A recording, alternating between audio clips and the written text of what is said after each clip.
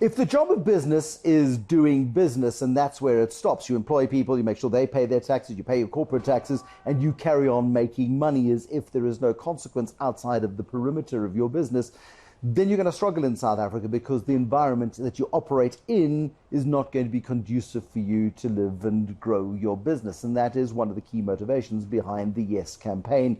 Tashmia Ismail-Saville is the head of the Yes campaign, and we are in Tembisa, where they have created a hub. How many of these hubs are there? Well, this is the first one. We're trying to get the model right. Alex is going to be up in May. Right. There's one planned for Diepsloot and Mpumalanga this year. And we're considering one in the Eastern Cape. All right, and which is a critical part of course, the country, yes. One of the most deprived parts of the country. With lots of potential. Yes, so there are 9 corporates that are invested in here. I see Joko, and I see Robertson Spices, and I see Nedbank outside, and I see the brands everywhere, household names. What's in it for them? Why are you getting that support if the business of business is to do business and not worry about this stuff? I think many of the businesses who were brave enough, because this hub was started before we had the Gazette through, they're businesses who saw the long-term impact, of market access in a community like this. Those who are consumer brands, this is a beautiful place to be able to showcase your brand.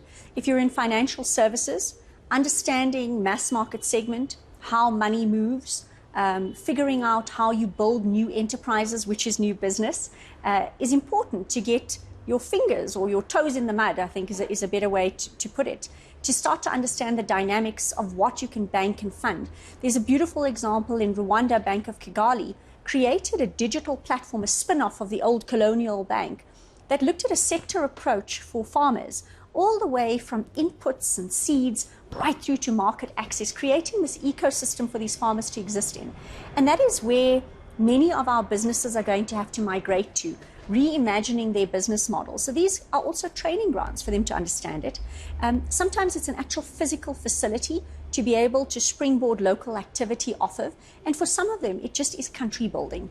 We want to be part of bringing infrastructure into deprived communities. People also don't necessarily appreciate the power of the Kasi economy, don't understand the Kasinomics, if you like. There's a guy called Gigi Alcock who we must get on the show to explain it in more detail. Yes. You've written a book called The Base of the Pyramid. New Markets, New Mindsets. And yes, and talking about the base of the pyramid. Thank you. New Markets, New Mindsets, published in 2015 or thereabouts. But you understand this market better than most, and large corporations don't. So do they get the benefit to come into here, support this, to offer to create the jobs and help all that stuff? Do they get anything back other than some BE scorecard points? Absolutely. And this is what we're trying to build. We're trying to build models where the ROI is not about the BE. The sustainability of the model is after a year. Nedbank, that has put this green engine in the tunnel that you see outside, that Nedbank actually starts to see the benefit of enterprise development, of new customers, of being able to be the transactional platform that allows these businesses to export their product or their services outside of the That's country. crucial. So hold on a second. There's a data harvesting, not only harvesting lettuces and things, but there's a data harvesting opportunity here as well to help better understand this environment. And to help these businesses to grow and transact. Once they're the platform that these businesses are growing and transacting from, we can start to look at ecosystem models and not just the superficial transactions that we see happening, which has become a hugely contested space with all of the new players in market. The brands that will do well are the ones that have deep value propositions for businesses.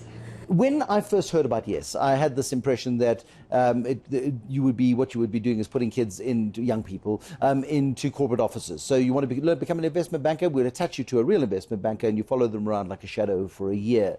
That's not the way it's working. I mean, companies are saying we don't have enough parking spaces, we don't have the office space, but why did we create the opportunities elsewhere? Yes, great question. So it's not in every sector that you can't put young people into your own operations. If you look at the retailers, if you look at medium-sized enterprises, some of them do have the capacity to be able to put young people in their own infrastructure, and that's great.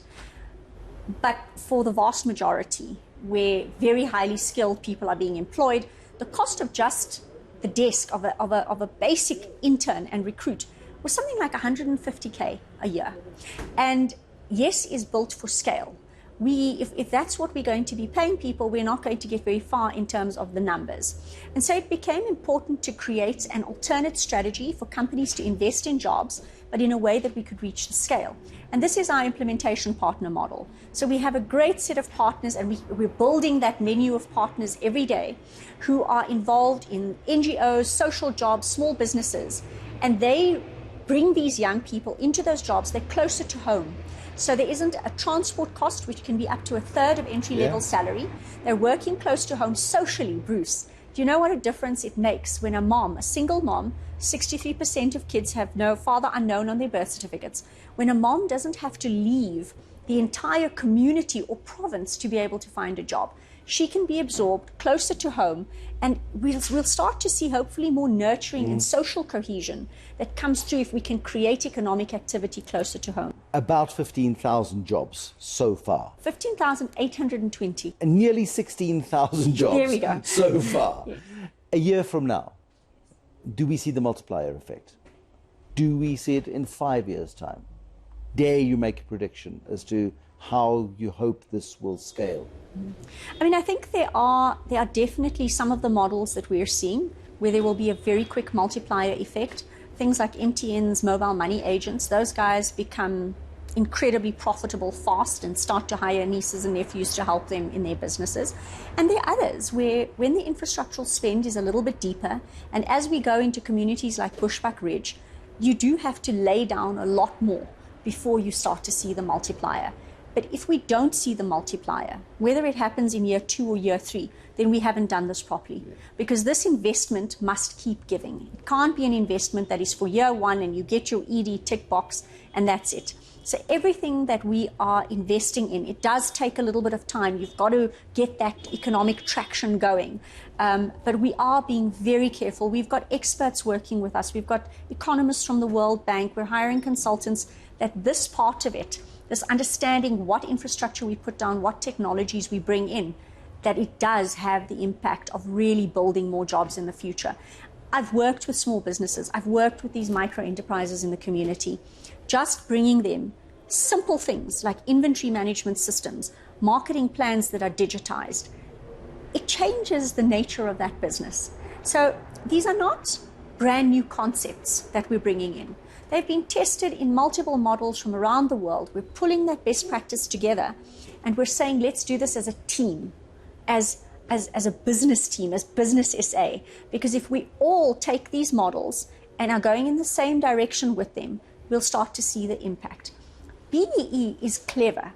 If we use it properly, if we integrate that scorecard, the supplier development, the employment creation, the skills, if we really integrate those, you have everything you need to develop a community. But if we do it in silos, if we don't do it as Business SA and go in the same direction, we will not have that impact. And I think that's going to be the beauty of YES, is can we get these guys to work together as a team? And there we must leave it. Tashmia Ismail-Saville is the head of the YES campaign. Nearly 16,000 jobs created so far. This is one piece of hope in South Africa.